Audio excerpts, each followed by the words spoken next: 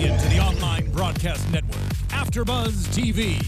Over 20 million weekly downloads in over 150 countries, and your number one source for after-show entertainment.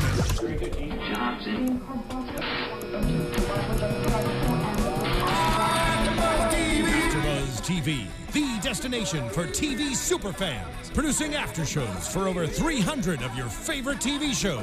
Interviewing celebrities and showrunners. And bringing you behind-the-scenes exclusives. All thanks to E! Entertainment's Maria Menounos, producer Kevin Undergaro, and internet leader Akamai. Now, let the buzz begin!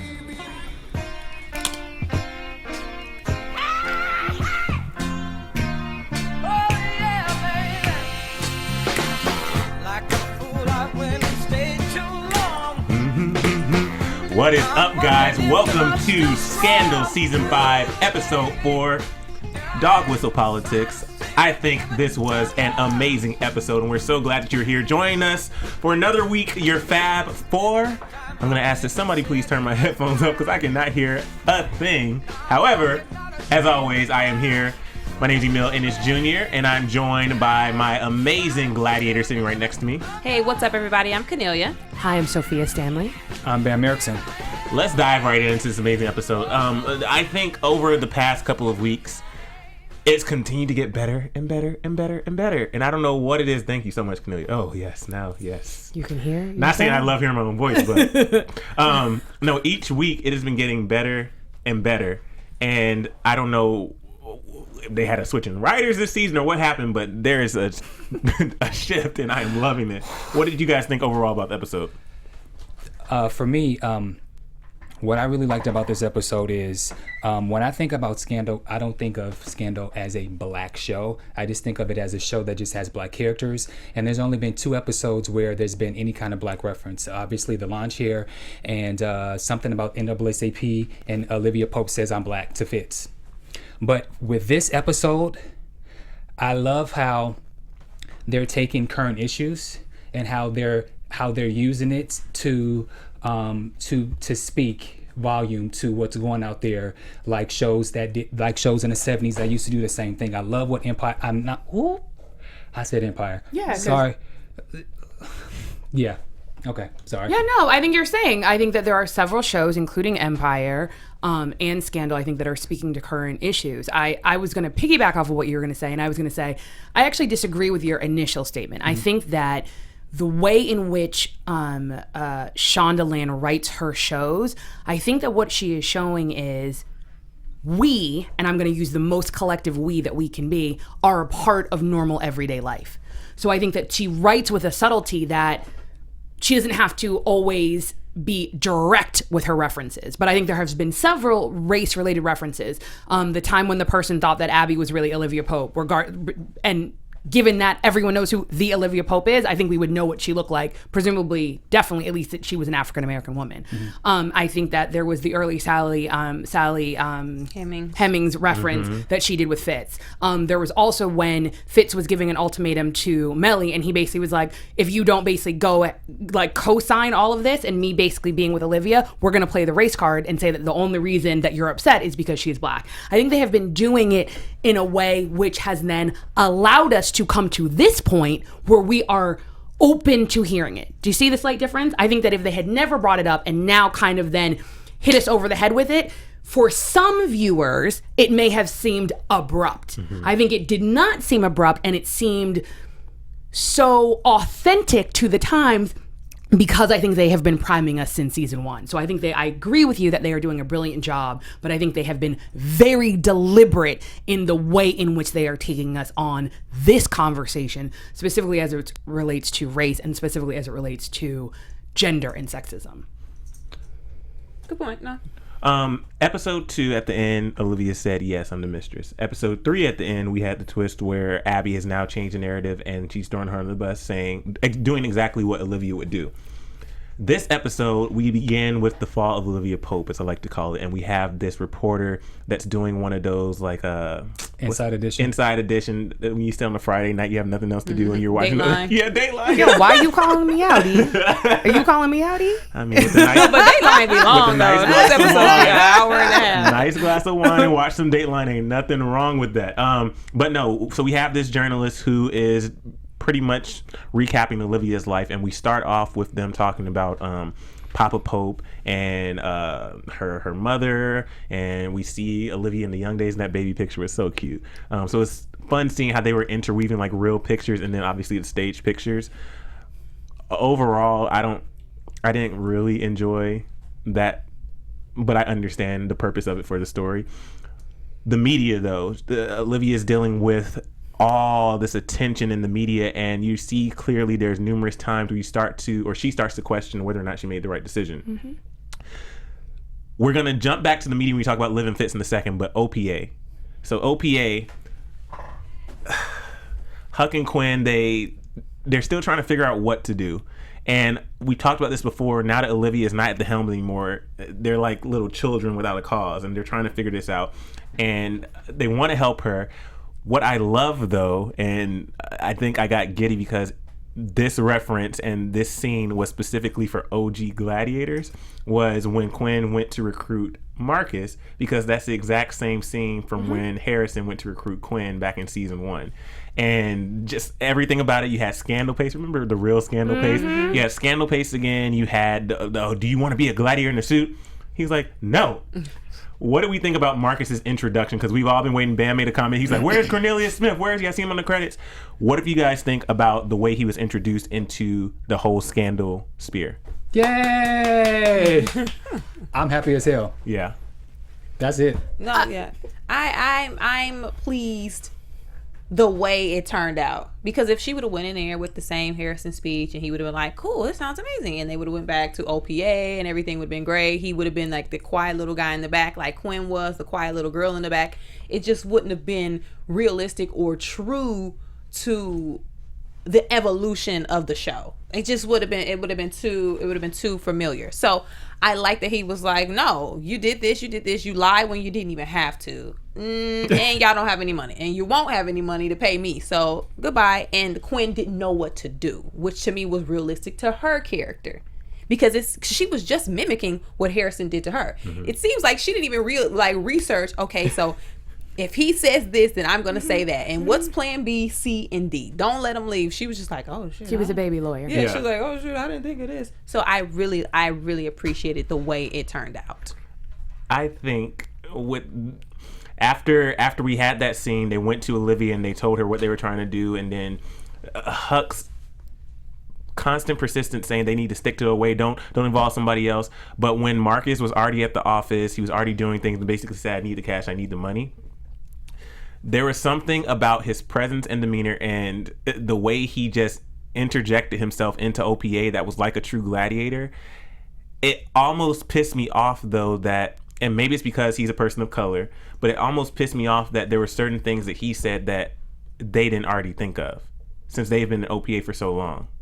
Oh, I see what you're saying. And no, and I think I see where you're going. And there is a difference between empathy and sympathy.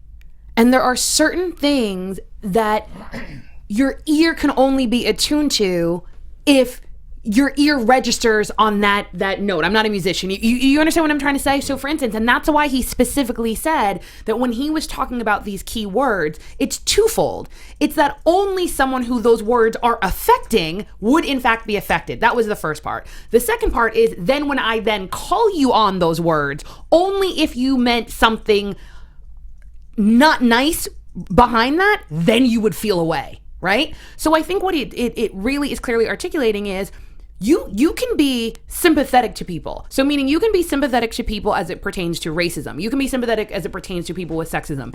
You can be sympathetic as it pertains to homophobia. But one of the things that I think that sometimes people make a mistake in doing is they go, let's say if I say I had a racist encounter, right?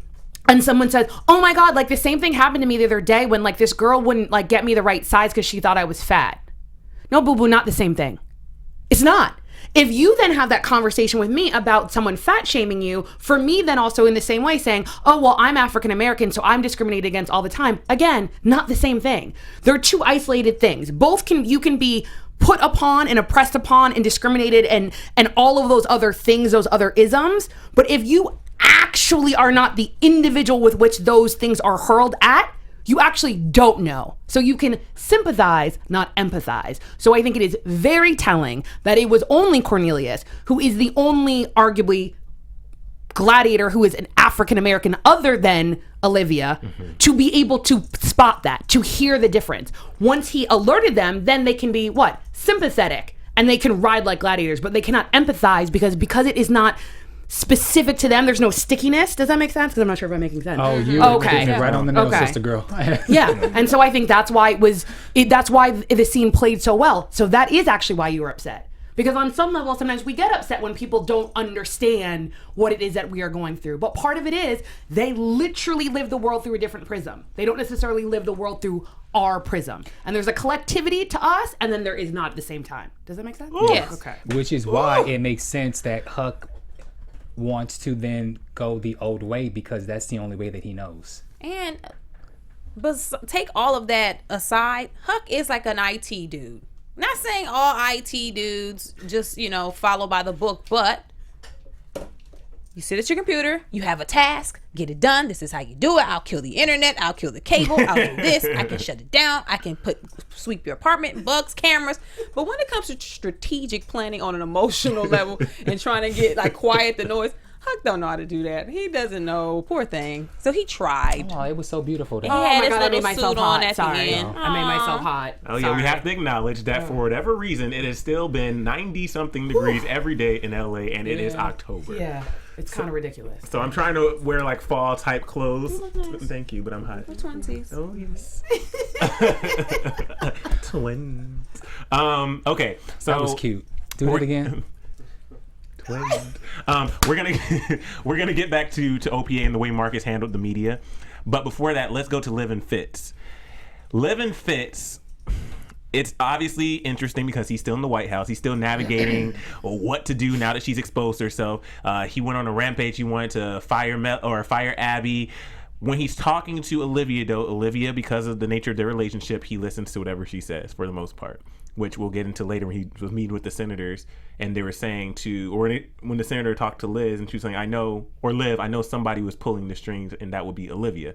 But when they were talking, it was so interesting to see how, one, he would listen to what she said with the whole Abby situation and said, no, that would be stupid. It's almost as if it justifies everything that you guys were saying a couple weeks ago about him not being qualified for the position. So we're seeing that again.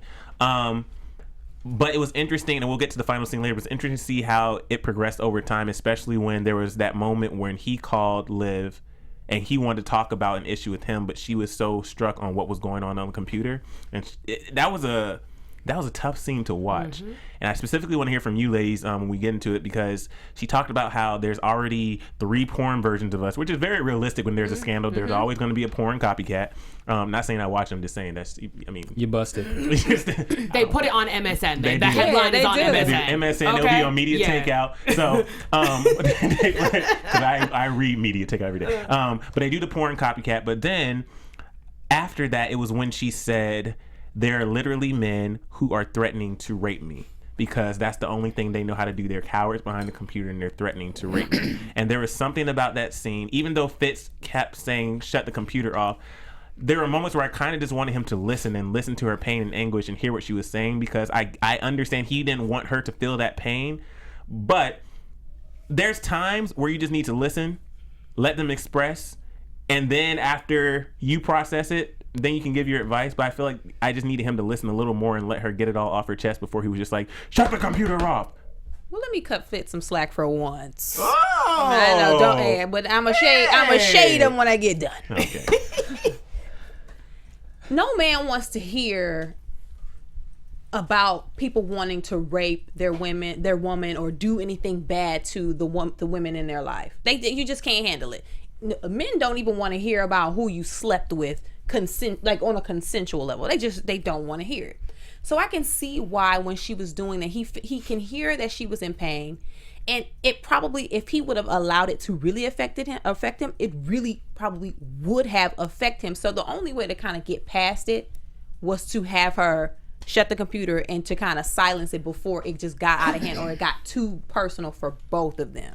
So in that regard, I kind of see why he was like, shut the computer, because you can't. There's certain times you can let your woman stew or your friend stew or your brother stew or anybody stew, but when it comes to people violating women and women that you care about, especially now that we live in this whole rape culture and thumb thugs online feeling like they can say whatever they want to say, and then you not knowing if people really are crazy and if you were out in the street, will they really try to do this to you? I can see why he did what he did in that moment, and I appreciated that, because if she would have just kept talking, he would have just had to have her talk about being raped, and like I didn't want to see. I wouldn't have wanted to see any more of that conversation besides what we saw. So I appreciate Fitz for once.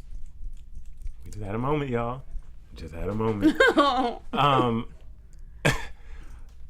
When Olivia was getting the pics taken while she was on the phone by the paparazzi, I was just confused, because there's been too many times where Olivia's apartment just hasn't made sense in terms of what she's doing in that apartment. So whether it be only having one lock on the door a while back or not having an actual alarm system, but the fact that she's going through a national, actually at this point that'll be an international scandal because he's the president of the United States, and she has her curtains open, blinds up if she has blinds, so anybody can see in there. I didn't believe that. Yeah, no, you're right. We should close the curtains, girl. Close the curtains. They're looking. But why did she just? I was confused. The abruptness of the phone call. Like, what was she? She got off the phone and then she closed all the curtains. But to me, it seemed like she didn't expect that, and she was so shocked that it was actually happening to her. Because you can think, okay, if something goes down, yeah, they're gonna be paps and people are gonna take pictures, but I kind of took it as, oh shoot, it's happening to me. Like, it's me now. They're really outside of my window and they're in another building across the street, and it's me. So that's why I thought she kind of panicked. And not only that, but it's one thing when you're fixing other people's lives all the time, and then something like this happens to you. Sometimes your frame of thought is just a little bit different. You don't quickly think about the things that you would need to cover or do for yourself versus what you do for other people, just because you're so used to being on the opposite end. We're all with you. I mean, at the end of the day, the scene shouldn't have played that way, because I think you're having problems believing that Olivia Pope would not have already closed her blinds and kind of had prepared herself in some way. I think that what they were trying to do with this scene is show that even in the midst of all of this chaos, there is an ease to her now that she has unburdened herself from the secret. So even if you look at her, even the way that she's in the room, normally she always has like her sweater on, whatever. There was a relaxed nature, right? Like she had on like a camisole, but then kind of like yoga pants, right? And the way that she was talking, like she was totally at ease. Like there was a vulnerability about her because she was really in her home. And I think part of that is because we're seeing a different Olivia, and I think that this Olivia is lighter and isn't so stressed about what is going on in the world, ironically. And so I think that's what they wanted the scene to show. So the fact that flash of the outside world literally woke her up, that's what we were seeing, is that she felt like they had violated an intimate moment because she was in her house, in her sanctuary, in her space, talking to her man. Fair enough. That's why. But I feel you. Fair enough. So now we're going to go back to OPA and the media, because Marcus just blew me away. So the episode title was Dog Whistle Politics. And he was talking to OPA earlier, telling that they need to change the narrative. And I was still waiting. There was a moment where I was literally, it was probably during the whole Jake Elise scene, and I was like, where is Marcus? Because I want to see him change the narrative. I'm just being honest. And then we finally see him. There was a moment where he's leaving the building, and he steps outside and talks to the reporter. And reporter, if anybody remembers before me, if I don't find it in my notes. Here it goes. The reporter, she said, she's usually so well-spoken. And he pauses, And he turns around, you mean as a black person? And he calls her out. What do we think about this scene?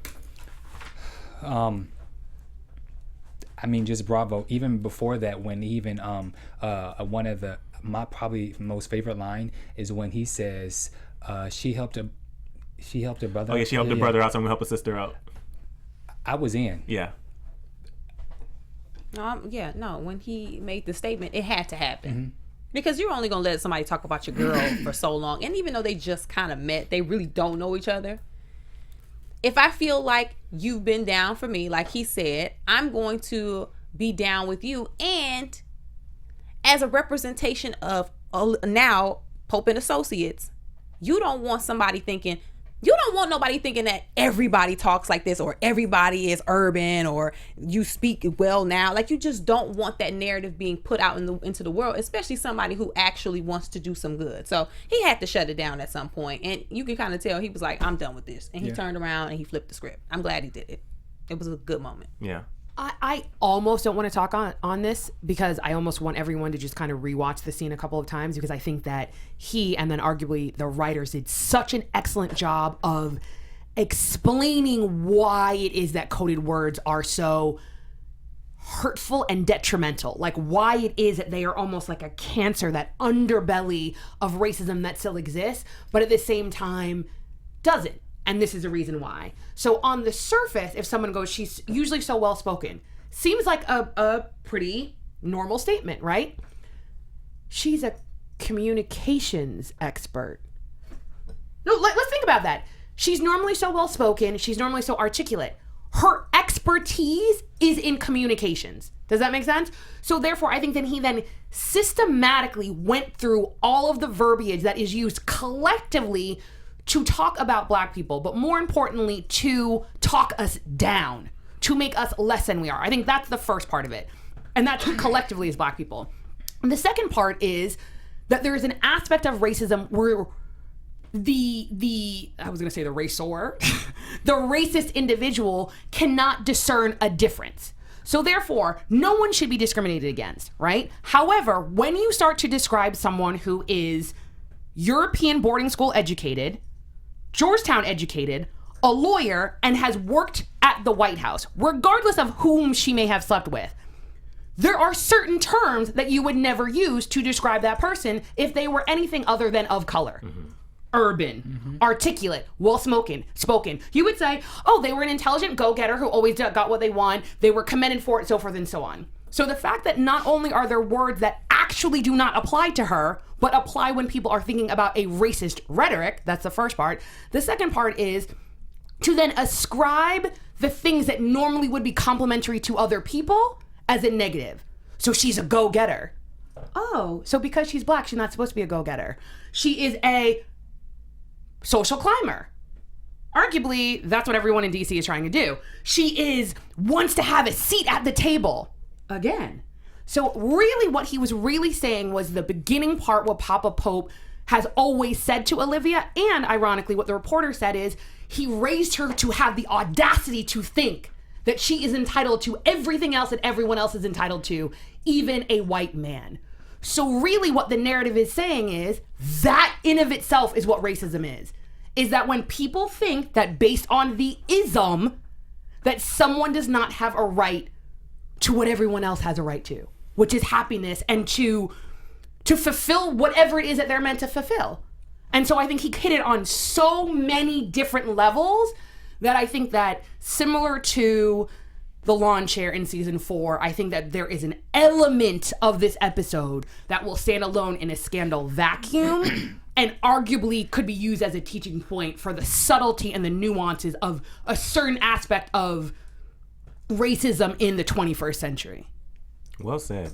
And even quickly, just the scene before that, when he was talking about how he was in the grocery store and he heard the story of the white man who was reading the magazine and dragging Olivia, and then the wife came to the defense and said, I'm glad she climbed out of the ghetto. The ghetto. All black people don't come from the ghetto, just so we're clear.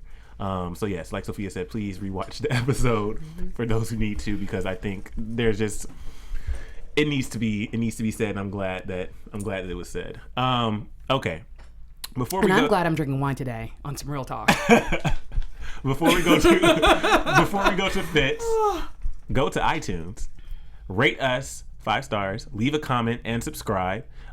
If you're watching on YouTube Live, we want to say thank you so much. Hello, gladiators. We're so happy that you're joining us live, especially East Coast. We know it's late. And also, if you're watching on YouTube right now, go ahead and click a thumbs up and leave a comment as well. Well, if you're watching live, don't leave a comment because we won't be able to see it. But leave a comment after we're done so we can see the comment and respond. And also, if you need another shot of conversation, make sure you go to iTunes and look us up for our new podcast called Happy Hour. It's available right now. We just did an episode yesterday and we released it today. So make sure you, again, search Happy Hour, Kennelia, Emile, and Sofia. And I pointed to you when I said Kennelia, by the way. Well, we're twins. We're twinsies. For more conversation. We talk about everything on the show. Yesterday we talked about Lamar Odom. Mm-hmm. We talked about T.I. and whatever he has to say, Raven-Symoné. We talked about the Democratic debate. So make sure you guys tune in. You don't want to miss out. Yep. Join the conversation. All right, guys. The fall of Fitz. Let's talk about Mellie. So it's interesting seeing Mellie's new dynamic because she's senator now and she's strutting down the hall, going through the press and the media, and she's with Cyrus. She's feeling confident. The way she entered her first meeting, I think we all probably did a collective eye roll because she entered as if she is a celebrity in a way, but she entered that room as a celebrity instead of as a fellow peer. And she walks in, oh, I'm so sorry, guys. I had to press through the paparazzi. Like, girl, sit down. I didn't take it that way. When she passed through the media, there was a look on her face as if she was very nervous. And then once she had the look of nervousness, then it was almost like, okay, let me collect myself together. Now let me put on my face. Sorry, I'm late. So for me, that was an insecure moment. Mm-hmm. I can see that. Who cares? Yeah, I can see that. But no, I think it's important. I think it's very important. And the funny thing is, I actually took it exactly the same way that you did, Emile, and I'm going to take it one step further. Arguably, why didn't you leave even earlier? No, seriously, if you're supposed to be a sophisticated politician, this is not your first time at the rodeo. So honestly, you should have actually left earlier. You're a first lady. You know what the media is going to be like. It's your first day trying to impress your peers, number one. Number two, trying to let them see you as anything other than the first lady. Because the way that you walked in and you kind of were like, oh, I'm sorry, press, that was very first lady-like. Two. Mm-hmm. Three, there is a serious scandal swirling around you. So the fact that you weren't the first person there, I don't care how many reporters there were, the fact that then you came in and unlike anyone else who actually would have just come in and sit down, the minute you have to actually explain your tardiness before anyone asks you, that's because you think you're a diva, a celebrity, or the first lady of the United States of America. And that would be fine if you were, in fact, were acting as the first lady, but you're not. You're a freshman senator. She should have come in, sit down, waited to be addressed, and waited to see if they even cared about her tardiness. I think everything you just said, in addition to that, I think I was a little... And I don't know if I should have been shocked or surprised, but I was, I think, surprised that, one, she was surprised that the women were saying the men do their own thing and we sit here and this is how it works. Like, all the men have their peckers, they do business, we sit here.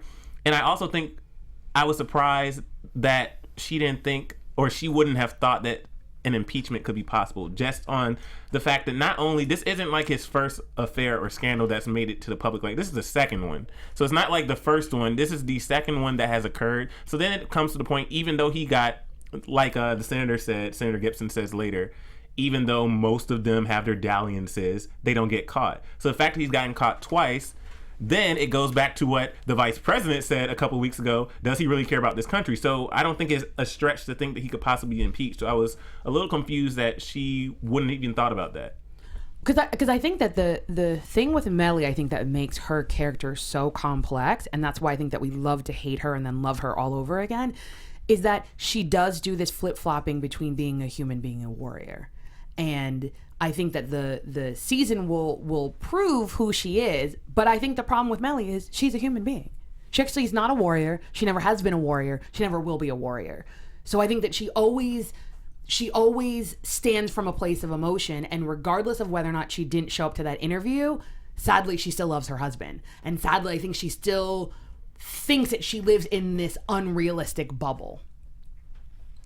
What did you think about Cyrus's rants today? I was gonna say, so do you believe Cyrus and what he said about you don't love the president? Oh, see, with that conversation, I actually... That's not what hit you. His point where he was saying, I see Cyrus as a son, or Fitz as a son, and there's a hole in my heart. His speech, I believed everything he was saying. I understand that he devoted his whole life to Fitz, and there's this emotional attachment that is gone, or still there, but he can't. With Mellie, though, and everything he said about Mellie and how she didn't love him and she was just using him in a way, I don't know. I'm on the fence because it hit me. It hit me in a weird way, and It's hard, and this is why. And I think part of it is what we've always said about Mellie. The fact that Mellie arguably not only allowed, but actually orchestrated and assisted in another woman coming into her marriage, theoretically, Cyrus would have never done the same thing. That's why Cyrus, until now, has always been chief of staff. Think about it. He has never allowed anyone to have the type of relationship with Fitz that he had.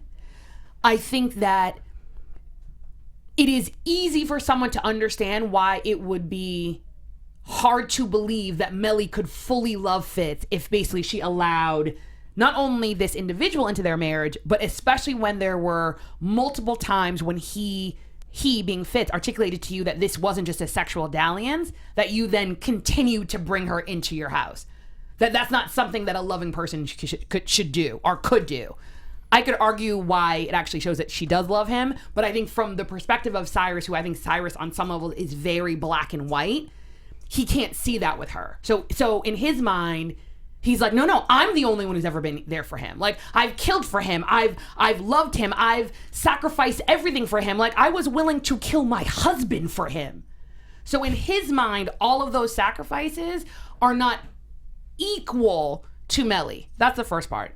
The secondary part is, again, I think the underlying theme of not only this episode, but I think of this show is female sacrifices are normally taken for granted.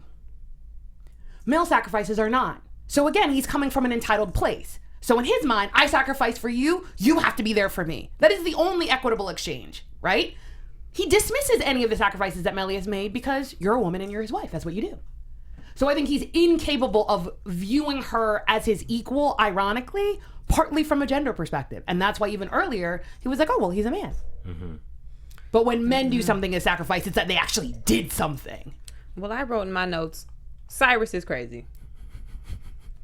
When he was saying that, I can see how he believed himself. Yes, he believes that he loves Fitz and he was the one who cares about him and everybody else is trying to take advantage of him and I'm the one who really cares. But for real, Cyrus only cares about Cyrus. Yes, you can say that he was potentially going to kill his husband for Fitz. No, you were going to kill your husband for you. Like, you were going to kill him for you. So when he was having this speech, I was like, oh, that's really sad, because Cyrus has put himself in such a victimized state that everything that's happening to him it shouldn't be happening to me because I'm doing this and I could do this for you and I care so much. But at the end of the day, you brought this on yourself, boo-boo. So he's crazy. What I put in my notes is every time he starts to breathe heavy, I get nervous like he's going to get a heart attack. Oh, poor thing. He's huffing like Bernie Sanders out here in the streets. Poor Bernie. But I do feel the burn. Talk about that on Happy Hour. Kennelia, but I do think that in both ways, they both Cyrus and Mellie in their own ways love Fitz. And as you said, he is very selfish, but I do think that Fitz, I do think that that Cyrus does love Fitz. The only problem is something probably me or you said probably seasons ago. No one asked Cyrus to do all what he's done for the president as well as Mellie. So cry me a river, Cyrus. I agree. I think he does, and I don't want people to think that I don't think that he loves Fitz. I think he loves him, and I think he believes everything he says. But a lot of Cyrus's intentions and his actions are selfish. Well, I think one of the things that bothered me this episode with him is, remember a couple episodes he was telling Mellie not to seek revenge and not to think of her emotions, but this very moment where they have the moment or the opportunity to impeach, even though I understood where he was saying I could see how it could be advantageous to her, did you guys think that, and we see at the end she is gonna pursue the impeachment, but everything he was saying, did you think that was actually motivated as this is a good career move for Mellie, or was it purely emotional, I want to get him impeached because of revenge?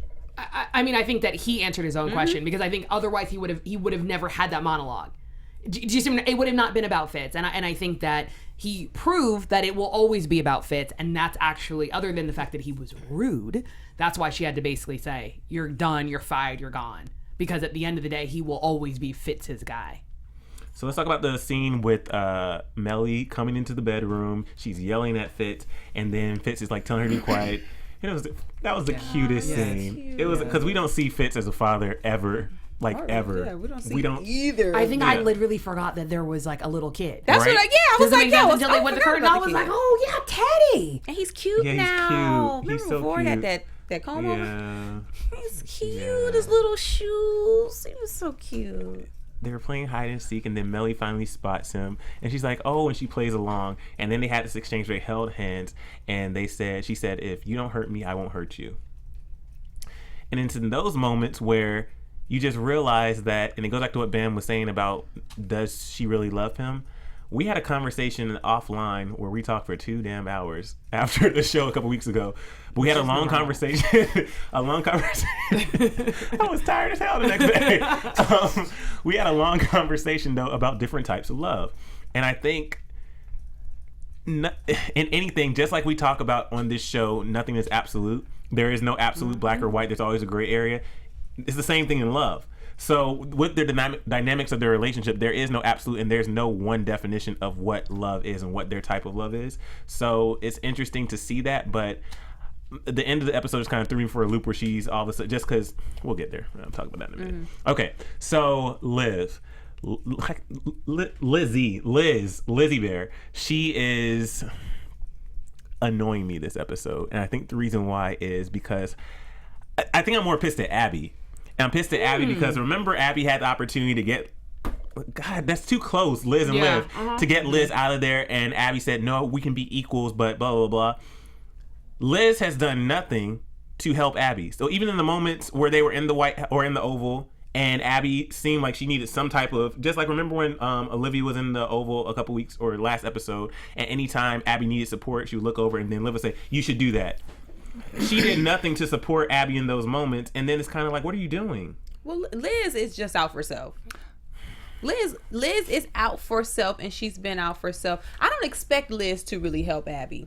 She did, even though Abby has the dirt, though. But I will say this: she did help Abby last episode, right before Abby threw Liv under the bus, in front of all of the press. Because at the beginning of the episode, Liz was the one who said, like, you know, she's a mistress and she's climbing her way to the top. So all of that was kind of planted in Abby by her. So I will give her the benefit of the doubt in regards to that. But I don't come in expecting Liz to be helping anybody besides herself. Like, I just don't. I agree, but I think where my frustration is, kind of from both of their perspectives, is, Lizzie, what are you doing? And to me, separate and distinct from Abby. Like, if you want to keep your job, do something. Like, seriously, you don't know where some bodies are buried. Like, you don't have any dirt on these men. So to me, the fact that you allowed it to come down to the fact that these men could come into the Oval and posture the way that they did to the President of the United States of America, to me, not only did that erode who he is and his title, that also eroded your title. Right? Because it should have never come to that. Like, just that alone. Meaning, the only reason that we're coming to the Oval is because I've already been like, we're good and we're good. But there is no negotiation being had in the Oval with me, because then that means that not only are we equals, but as that little wankster showed, he actually was the better person. Do you know what I'm trying to say? And basically was able to basically be like, no, you're going to do anything that I say. And then I'm going to say some slick racist bullshit shit to you. Sorry for the cursing. You know what I mean? Yeah. So that's the first part. The second part is, same thing with Abby. I kind of need Abby, and I know that there is a difference in position between the communications director and the chief of staff for the United States of America. But what I need her to do is similar to what Lizzie did last episode. I need her to step forward and have a conversation directly with the president. So literally when he's like, well, I should have fired you, she should have said, so what is it that you would have liked me to have done? Do you know what I'm trying to say? Like, there's that she keeps doing this head down. I'm gonna stutter and I'm not gonna talk fast and whatever. No, that was the only play. I learned it from your girl. That was the only thing, specifically because you are telling me you wanted to save Liv. That was saving Liz, because Liv articulated to you that is literally her play when she said, "Go ahead, Abby." So I don't know why we're talking. Next. Yeah. Let's move on to how it is that we are going to rebuild your brand, so forth and so on, whatever. But the fact that she kind of hems and haws too much, it's a little bit too the opposite of Scandal pace, and you actually need to get fired for that. I'm so sick of Fitz and Abby and this whole back and forth thing. Listen, if you don't want the girls' help, girl, go back to OPA. Did anybody have a moment where when she I got completely fired, I was like, yeah, she's finally going back to OPA. Like, go, get out of there. Yeah. Just go back to OPA. If he don't want his help, let that man, just let him fucking burn. Just if you don't want to do anything, if you don't want to listen, stop trying to kiss a man's ass. Just go get your job at OPA. You got a good well, maybe not a good salary anymore, but just go, work. And the only reason, because I felt the exact same way, I thought she was going to go back to OPA, but I feel like if they are going to do anything with her character, she cannot do that. Or else there is no evolution. But I'm bored. No. Because the difference is, there is a difference. You're right. You know when people, let's say, like, you move away from your hometown and you're either going to go to school and you're going to be a big time, whatever you're going to be, right? It is okay if you come back and you are that big time thing. It is not okay if you come back and you actually failed in doing whatever you did. So there is a difference if she can somehow rectify this, spin this in her favor, become even more famous as a communications director than Olivia, separate and distinct from the Scandal, then she can go back to OPA. But to me, the way that they're trying to set her up, they're trying to make her Olivia's equal. And in order to be Olivia's equal, she cannot go back to OPA until she has made a definitive name and a reputation for herself with her peers. So with the Senator Gibson, we're going to quickly talk about that scene in The Office. Just for our viewers, does anybody remember the specifics of the Brandon bill? Yeah, it's you mean in terms of the gun control. So basically, like, what am I blanking? You know, police vests, police cameras on their vests, so forth and so on. It came about due to the lawn chair episode. Are you asking more specifically? No, than that? I was just reminding because I know some people didn't remember what the Okay. Brandon bill was. Okay. So this senator wanted to get rid of the Brandon bill and also equal pay. The Brandon bill we know is because they're racist, and sexist. Right. So the Brandon bill they want to get rid of, but he said he'll let equal pay stay just to get rid of the Brandon bill, which once again shows, yeah, we'll let the sexist one, we'll let the women slide. But also, again, even the comment, and to me, I think Shonda is like doing something brilliant. He said that because that guy probably only proposed it because he's mad at his wife. Again, why? Because he's emotional.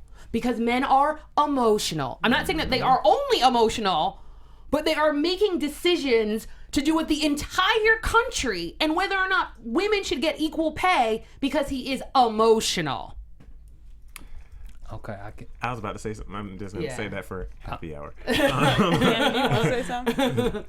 I think both sides get emotional for different things. I just said that, though. Yeah. I just said that. Yeah, But that's not the point. Do you know what I'm trying to say? Yeah. That people can be emotional and non-emotional. But theoretically, he made a decision based on emotion. And I think that throughout this show, we've often communicated how women are emotional, as if they are the sole gender that can make decisions based on emotions.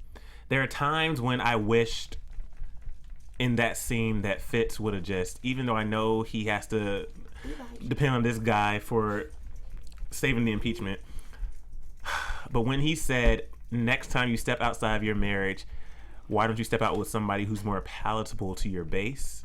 I just wanted him to fuck him in the face. I wanted him to hit him so hard, but I know he couldn't do that. But why he could have? Yeah. Or He could have also done that with his words. He should have stood up and say, I think that you have me mistaken. You must have forgotten that you are in the Oval Office and you are addressing the United States of America. So regardless of my dalliances with whomever, that type of racist rhetoric will never be part of our negotiation. I think you need to leave now before you no longer have a job. Because again, I am the president of the United States of America. Sophia need to call Fitz right now. Call Fitz right now and tell him. Well, when you call him, tell him to take off that wedding ring too. But I ain't the one to gossip. Oh my God. Because again, and I know that people are going to be like, oh, you're a broken record, and I'm a broken record on purpose. And again, I think the show is doing an excellent job because again, it is showing how there are two actors in certain situations. There is a person who says it, and there is a person who does nothing. Yeah. Right? So theoretically, yes, he may not have been able to punch him, but he should have literally done something or said something to show that type of thinking is not okay with me. So you don't have a problem that I slept out on my wife, but you have a problem because the person I slept with was black? The fact that you even had the audacity to utter those words to me, I should be offended. And I'll make a comment similar to that later on. This is why I'm not supposed to drink wine on camera. No, you know they love it. So the scene and the storyline we've all been waiting for, Jake. Y'all stop. I'm trying to be serious. Jake goes to Paris with Charlie, and we meet Elise.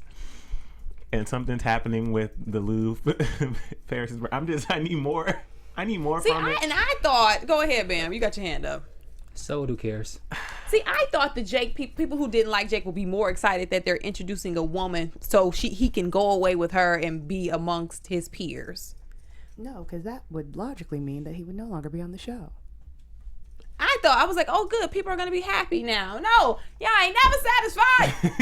You ain't never satisfied. I just wish the storyline could have been more entertaining. Well, yeah, I understand that. Excellent point. Yeah, I understand it's a setup and they're setting it up. However, I needed more. I just needed more because every time I went to a scene with that, I think the problem was, and maybe it's just because I'm not a huge fan of Jake. I was on the old Lake train for like a tiny bit. Y'all remember that sad point in my life. But I think what? Oh, what I was gonna say is, I think part of it also too is that they gypped us. Like, where was the sex scene? So like at the end of the day, like if you want me to like Jake, I could possibly like him with someone else other than Olivia. Because that spy was definitely easy on the eyes, as is he. But it's like they gave us like one in that little lean in kiss and then it was like break to commercial. Yeah. And the like, thing is, since there's no emotional investment with Jake and Elise, which that's not even their real names, we find out. But there's no emotional investment. Give me some type of something. Heat. Y'all ain't never satisfied? No. Y'all ain't never satisfied. The hydraulics on my chair keep not working. Sorry. Bam, I didn't buy it. The whole thing about how she was over an hour late and so forth. Let that man meet another woman so he can get out of y'all's lives. Well, he's inviting her back to the States, but I still say it's fishy that the camera went fuzzy all of a sudden. Of course. And then they shot each other. You literally see her like press a button. Yeah, so and a flesh wound. Yeah, there's going to be a twist with that because I didn't believe any of that. So I don't trust. And like also Elise. too, like you wouldn't run in the room and call her by her new name. No, right? Yeah. No, seriously, if you had any kind of intimate feelings, even if you used to work together, and all of a sudden your new name is Bob, right, and you get shot, I'm not going to be like, Bob, I'm going to be like, Emile. Yeah. Anyways, but maybe they're spies, so they're that good. Anyway. No, that's actually a really good point. Okay, so let's go ahead and jump to. Oh, and I'm happy to see Joe Morton and Papa Pope. I actually wish there would have been more of him, just because I like his monologues. I mean, his monologues are everything. like he's like he's speaking from the chorus. He's like our moral compass. He needs to. Keep him out. Just keep him gone because this whole. I just keep him away. It's going good. You don't need him right now. Just keep him away. Well, I like him. I don't like the B613 storyline. Yeah. Every time they introduce this again, I'm like, But Joe Morton's dope. Agree, Kennelia. Yeah. Agree. To the end of the episode. And what I was saying when you talked earlier, Sophia, you were talking about when I said how I wanted him to stand up and then you so eloquently said he could have done it with his words. There was a moment where he was talking to Abby and said, what would Liv do? And even in that moment, Abby just, be confident, do something. So anyway, but it was in that moment where Abby said, she said, you need to make the smart move. This is a smart move. And then he said, there's a difference between you doing the smart thing and the right thing. And then we see that the motorcade is moving. They're tracking that. And then all of a sudden, Liv is sitting on the sofa still being salty. But that whole scene, there was just something about it that... Can I interject? When the elevator door opened, Stevie said, "Here I am, baby, sign, seal, deliver." It was perfect. It was spot on. The timing of everything was Did you see perfect. I was getting ready that he was going to say something bad? Can Yeah. you repeat that again, please, Bamm? I wasn't sorry. You were going to say something bad. I'm so sorry. I totally did. I was like literally doing something. I was like making sure, like, smile, don't roll your eyes, because people say you roll your eyes too much. Don't really. So please, Bamm, can you please repeat that? It was a very special moment, and I like how the music correspond with the action of the actors. So when the elevator door opened, Stevie Wonder said, "Here I am, baby, sign, seal, deliver, I'm yours." And she looked, and it was like boom. We just talked about last episode, just standing in your truth and just owning up to it. And even though the circumstances aren't exactly ideal for them right now, let's just dissect this scene, because I'm hardcore lit. So You know what? Oh, why can't it be real? Right? Why can't it be real? Well, Why? no, now we're it looks like we're gonna get there. Oh. But I mean, like before, it just didn't seem realistic that this could possibly happen. When she saw on the news that the motorcade was coming down the street, it was the way she got up, and even though she was upset, like what is he doing? She gussied herself up. But it was that moment when she was standing in front of the elevator door, and it was like the smirk, like I'm angry, but okay. No, but she was like, "Yo, that's my man." There's like, this guy. There's this guy on Instagram called Quay.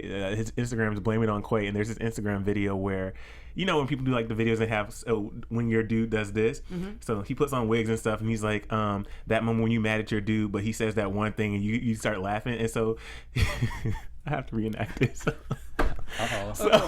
So he always plays the woman in the relationship. He has like his voice on the recording. And then so the girl's mad. He's like sitting like this, rolling his eyes, and then he's like, he's like, "Girl, why you ain't talking to me?" She's like, "Oh, why don't you call the girl that you were talking to last night?" And he's like, "Come on, Pookie." She's like,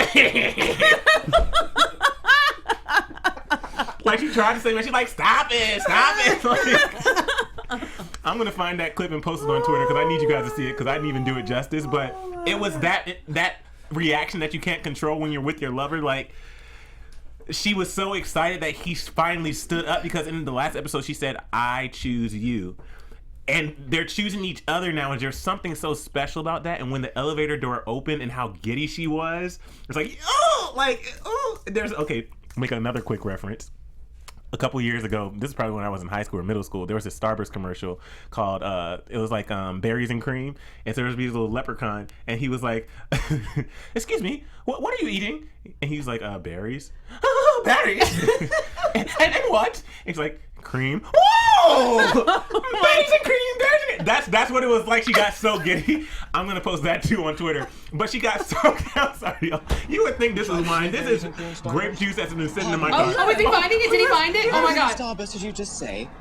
Berries. Berries? Berries and what else? And cream. Oh! Berries and cream. Berries and cream. I'm a little lad who does berries and cream. Berries and That's Olivia, the leprechaun. I can't. Cream. That just made me so happy. Oh my god, we have the best engineer in the entire universe. Oh my god. But that's what it reminded me of.